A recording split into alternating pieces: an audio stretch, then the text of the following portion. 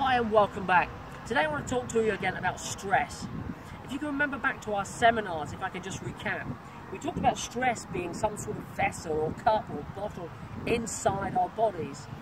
And the analogy was this, that if you could try and visualize a tap or a faucet, which would basically, when turned on, would be to liquid would form into the cup, going all the way up, filling up.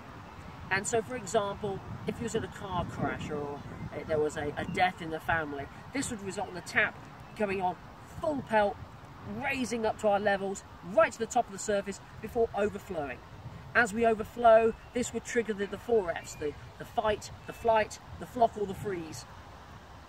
However, what about stresses during times when it's not that stressful? We've not been involved in a car accident, haven't had a death in the family.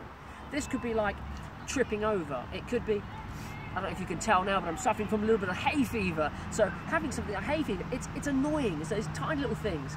This is a little bit like the tap just dripping slowly. Some people talk about short-tempered people. People don't have short tempers.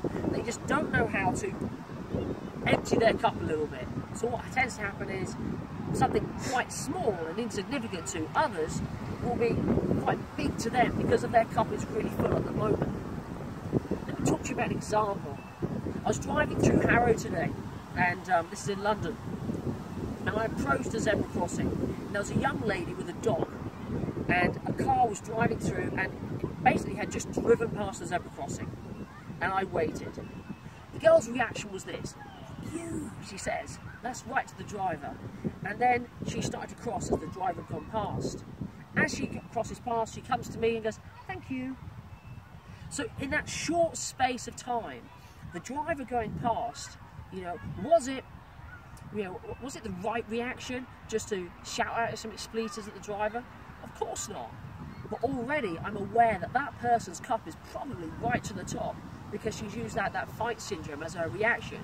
She reacted quite negatively. And then obviously now her cup has emptied a little bit because she's got rid of some of this aggression. And as she's walked along that zebra crossing, she's then acknowledged me and said thank you. But clearly that person still needs to understand her cup is quite full and she needs to process that.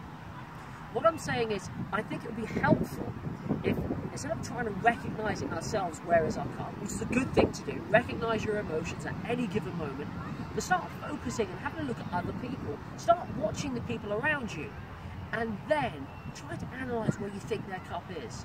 Because by doing that, you may have a bit of a better understanding of how you feel as well. Thank you. Don't forget to subscribe and click on the channel down below. Take care.